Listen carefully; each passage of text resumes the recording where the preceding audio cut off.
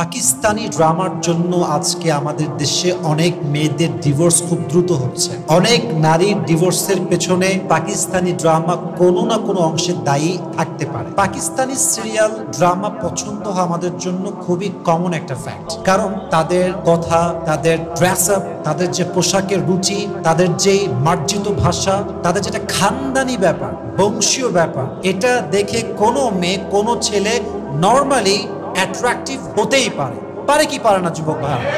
কারো প্রতি আকর্ষিত হওয়া এটা হচ্ছে হিউম্যান নেচার, এটা মানুষের স্বভাবটাই হচ্ছে এরকম। আমারও কিন্তু পাকিস্তানি জামা কাপড় পছন্দ। আমার এই পাঞ্জাবি পাকিস্তান থেকে আমি নিয়ে আসছি। আমার এই যে ওয়েস্ট কোট, এটাও পাকিস্তান থেকে আমি সরাসরি নিয়ে আসছি অর্ডার দিয়ে। আমার অনেক ড্রেস পাকিস্তানি আছে, অনেক পাঞ্জাবি আছে, হিউজ পাঞ্জাবি আছে, কুর্তা আছে।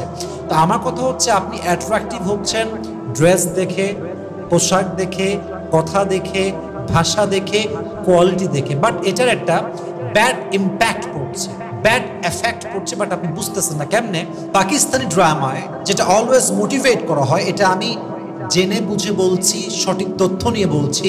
পাকিস্তানের একজন টপ ফেমাস স্কলার, তার নাম হচ্ছে মুফতি তারেক মাসউদ, উনিও এই বিষয়ে একটি বক্তব্য দিয়েছেন। দেখুন, ড্রামায় মোটিভেট করছে প্রত্যেকটা মেয়েকে এইভাবে, ইন দিস ওয়ে, যে তুমি একজন মেয়ে হয়েছো তো কি হয়েছে, তোমার বিয়ে হয়েছে তো কি হয়েছে, তোমারও তো একটা লাইফে স্বাধীনতা আছে। তোমার স্বামী রাগ করলে কি তুমি রাগ দেখবা? তোমার স্বামী বকলে কি তুমি বকা শুনবা? What is this? প্রতিবাদ করো, প্রতিবাদের ঝড় তোলো। তোমার স্বামী রাগ করলে তুমিও রাগ দেখাও, তোমার স্বামী ঝাড়ি মারলে তুমিও ঝাড়ি মারো, তোমার স্বামী একটা থাপ্পড় দিলে তুমিও একটা থাপ্পড় লাগাও পাল্টা। আমিও বলি হ্যাঁ তাই করো। আপনার স্বামী আপনাকে বকলে আপনিও মারেন বকা, আপনার স্বামী থাপ্পড় দিলে আপনিও দেন থাপ্পড়। প্রিয় বোন আমার, কোনো আপত্তি আমার নাই। তবে হ্যাঁ, স্বামীকে থাপ্পড় দেওয়ার পরে পেহলে যে মোহব্বত জैसे करते थे वो मोहब्बत कभी भी एक्सपेक्ट मत करना। যা ভালোবাসা আগে পাইছে ওটা এনাফ, আর ভালোবাসা আপনি পাবেন না। কারণ পুরুষ পুরো ব্যক্তিত্ব সম্পূর্ণ পুরুষ হয়, যার ব্যক্তিত্ব শক্ত, যে ব্যক্তিত্বে খুবই স্ট্রং। স্ত্রী তার গায়ে হাত তুলবে, তাকে থাপ্পড় দিবে, তার পুরুষত্ব বোধ থেকে সে তার বউকে আর কখনো আর আগের মতো ভালোবাসতে পারবে না। ঠিক কিনা বলেন? তা আপনি যদি ভালোবাসা চান, মহব্বত চান, মন থেকে রেসপেক্ট চান আপনার স্বামীর, সহ্য করে নেন। আমরা প্রায় বলি সয়ে যান রয়ে যাবেন। সইতে না পারলে আপনি রইতেও পারবেন না। অতএব যেই মেয়েরা ভাবে ইয়ার हम तो मुकाबला करके ही रहेंगे, हम तो जवाब दे के ही रहेंगे, हम किसी की नहीं सुनते, हम किसी की नहीं मानते। बाप, আমার বাবা অনেক অমুক বিজনেস ম্যাগনেট, আমার বাপের অনেক টাকা আছে, আমি স্বামীকে গুনি না। এগুলো মেয়ে না স্বামীর ভালোবাসা পায়, না একটা আদর্শবান সন্তান পায়। ঠিক কিনা বলেন যুবক ভাইরা? আমি সবাইকে বলছি প্রিয় ভাইরা, এটা আমার কোনো ক্ষোভ বা কোনো রাগ, ব্যাপারটা এরকম না।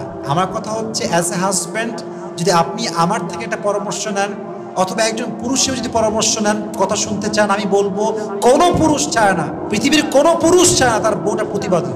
বউ একটু বিনয়ের সঙ্গে থাকবে, একটু মানিয়ে চলবে, এটাই স্বামীরা খুশি হয়ে যায়। ঠিক কিনা বলেন যুবক ভাইরা? ইভেন প্রত্যেকটা স্বামী চায় আমি ধমক দিলে বউটা চুপচাপ ধমকটা শুনে বলবে ঠিক আছে জান, ঠিক আছে, আমি এটা ফলো করার ট্রাই করবো। হ্যাঁ তুমি করলে কেন? আমি করবো, তোর বাপের কি? এটা বললে কি সংসার টিকবে যুবক ভাইরা? আপনি এই তুমি আজ নামাজ পড়ছো, নামাজ পড়নি কেন? এমনি দিলে না, আপনার দিল একটা, সংসার কি থাকবে যুবক ভাইরা? না, এটা করা যাবে না। প্রতিবাদী হবেন, সমস্যা নেই, জায়গা বুঝে, অবস্থান বুঝে। কখনো নিজের অন্যায়ের জন্য ডিভোর্সের যা কোনো সম্পর্ক, এটাকে আমরা চাই যুবক ভাইরা? আল্লাহ প্রত্যেকটা মা বোনকে বোঝার তৌফিক দান করুন। সকলে আমরা মন খুলে পড়ছি আমিন। এবং আমরা সকলেই ট্রাই করব এমন কোনো ড্রামা, এমন কোনো নাটক, এমন কোনো সিনেমা আমরা দেখব না যার দ্বারা ঈমান নষ্ট হয়, চরিত্র নষ্ট হয়, সংসার নষ্ট হয়। ঠিক কিনা বলেন? আল্লাহ প্রত্যেকটা মা বোনকে, প্রত্যেকটা যুবককে বোঝার তৌফিক দান করুন। সকলে আমরা পড়ছি আমিন।